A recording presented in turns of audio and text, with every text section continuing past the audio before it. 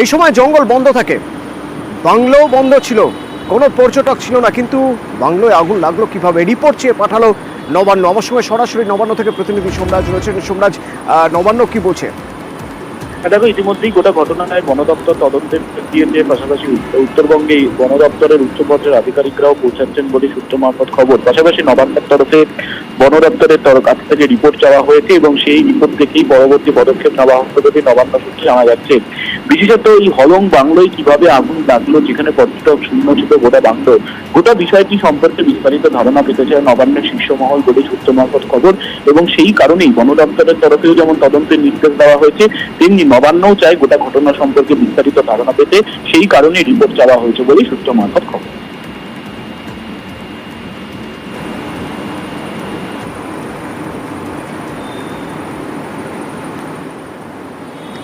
Hollong bungalow পুড়ে ছাই, এক রাত আগুন, ঘন্টা খানেকের মধ্যে। কাঠের বাংলো ছিল, মন খারাপ পর্যটকদের।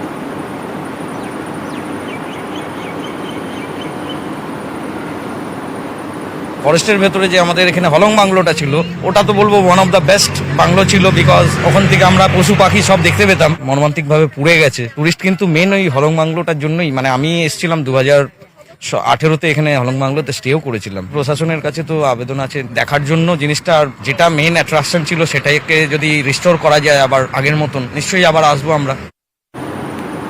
হয়তো আবার বন দপ্তরের উদ্যোগে নতুন করে হলং বাংলোর জায়গাতেই একটা ঝকঝকে আধুনিক বাংলো তৈরি হবে, কিন্তু না, মানুষ চাইছেন না। মানুষ চাইছেন ওই হলং বাংলোর পুরনো কাঠামোই ফিরিয়ে দেওয়া হোক। But Hollong bungalow not only India, represent করে অল অফ দ্য ওয়ার্ল্ড।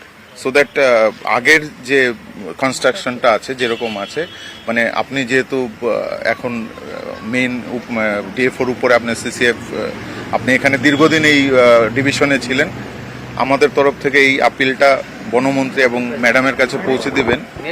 নতুন যখনই তৈরি হবে, please sir, as it is, ওই মানে ইভেন আই থিঙ্ক ওই কালারটাও যেন ওই রকম থাকে, তাহলে মানুষ ওই ডিফারেন্সটা যাতে না বুঝতে পারে। ঠিক আছে, আপনার সেন্টিমেন্টসটা আমরা নিশ্চয়ই আমাদের মাননীয় মন্ত্রীকে প্লাস গভর্নমেন্টের কাছে পৌঁছে দেব। তার সাথে সাথে সেফটি প্রোটোকলটাও আমাদেরকে মানে চলতে হবে, ওটাও আমরা মেনে কিভাবে ওটা অবভিয়াসলি এক্সপার্টসের ওপিনিয়নটা নিয়ে এটাকে পুনর্জীবন আমরা কিভাবে করতে পারি সেটা ভাবা হবে। উত্তরের আরো খবর রয়েছে, প্রবল বৃষ্টিতে কোথাও বাঁধ ভেঙে যাচ্ছে, কোথাও ভেসে যাচ্ছে বাঁশের সাঁকো। সেই সব খবর, সেই সব ছবি থাকবে বিরতির পর। সঙ্গে থাকুন।